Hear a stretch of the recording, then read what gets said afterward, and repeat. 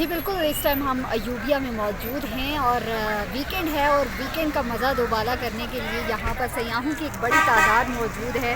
और क्योंकि आज बर्फ़बारी तो पड़ी हुई थी गुज़िश्ता 2 दिन से, लेकिन आज जो धूप निकली है उससे एक खूबसूरत मंजर दिखने को मिल रहा है।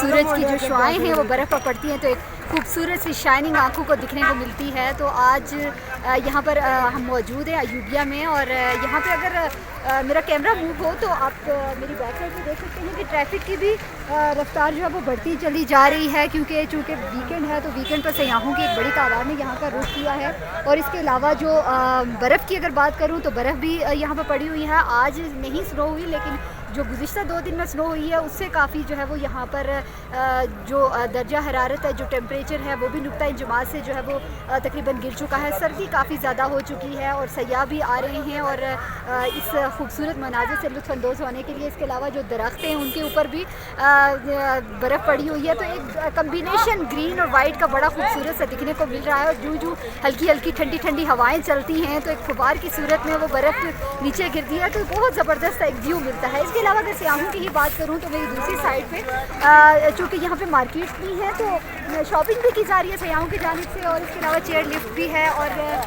सयाह जो आ रहे हैं वो ज़्यादातर चेयर लिफ्ट से काफ़ी लुत्फ़अंदोज़ हो रहे हैं।